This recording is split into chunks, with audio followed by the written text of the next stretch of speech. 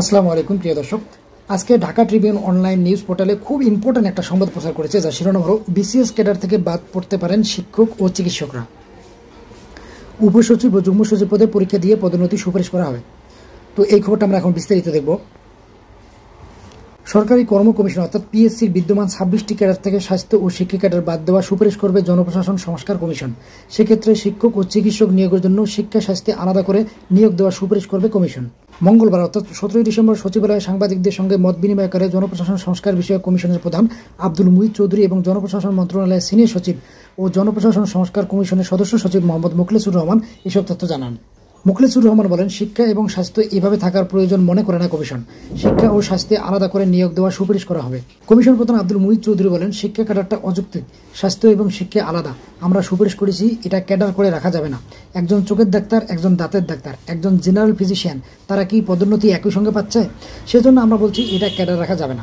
এটা আমাদের চিন্তা, এটা ক্যাডার করা অযৌক্তিক হয়েছে। এগুলোকে আলাদা করতে হবে, বেতন বাড়িয়ে দেওয়া হবে। এই দুই বিভাগ ছাড়া বাকি সবাই ক্যাডার থাকবে, এটা আমাদের ধারণা। জনপ্রশাসন মন্ত্রণালয়ের সিনিয়র সচিব মোখলেসুর রহমান বলেন, পাবলিক সার্ভিস কমিশন থেকে সরে যে আমাদের জুডিশিয়াল সার্ভিস কমিশন আলাদা হয়েছে, ঠিক এই রকম আমরা স্বাস্থ্য ক্যাডারকে আলাদা করার পরামর্শ দিয়েছি এবং শিক্ষা ক্যাডারকে আলাদা করার পরামর্শ দিয়েছি। এটা হয়ে যাবে। তবে পুরো বিষয়টি নির্ভর করছে সরকারের ওপর। যদি সরকার এই সুপারিশ গ্রহণ করে কেবল তাহলেই বিসিএস এর বিদ্যমান ক্যাডার থেকে বাদ বা আলাদা হবে শিক্ষা ও স্বাস্থ্য। এদিকে উপসচিব ও যুগ্ম সচিব পদে পরীক্ষা দিয়ে পদোন্নতি দেওয়ার সুপারিশ করার সিদ্ধান্ত নিয়েছে কমিশন। এ বিষয়ে আব্দুল মুহিত চৌধুরী বলেন, পাবলিক সার্ভিস কমিশন পরীক্ষা নেবে, 70 নম্বর না পেলে পদোন্নতি পাবেন না।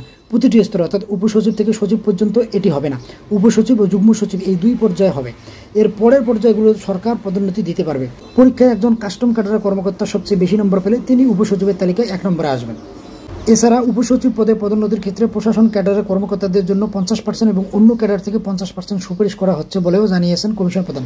বর্তমানে উপসচিব পদে পদোন্নতিতে প্রশাসন ক্যাডার থেকে 75% ও অন্য ক্যাডার থেকে 25% নেওয়া হয়। চাকরির জন্য পুলিশ ভেরিফিকেশন প্রথা উঠিয়ে দেওয়ার সুপারিশ করা হবে বলে জানিয়েছে কমিশন। আগামী 31 ডিসেম্বরের মধ্যে জনপ্রশাসন সংস্কার কমিশন তাদের সুপারিশ জমা দেবেন বলে উল্লেখ করে আব্দুল মুহিত চৌধুরী জানান, ফরিদপুর এবং কুমিল্লাকে বিভাগ করার সুপারিশ করবে সংস্কার কমিশন। তো দর্শক, এই নিউজের সারমর্ম হলো যে শিক্ষক এবং চিকিৎসকরা বিসিএস ক্যাডার থেকে হয়তো বাদ পড়তে পারেন। ফরিদপুর এবং কুমিল্লাকে বিভাগ করার সুপারিশ করবে। সেই সঙ্গে চাকরিতে পুলিশ ভেরিফিকেশন যে বিদ্যমান রয়েছে সেইটা হয়তো ভবিষ্যতে বাতিল হবে। তো এই ছিল মোটামুটি আপডেট নিউজ আজকের মতো।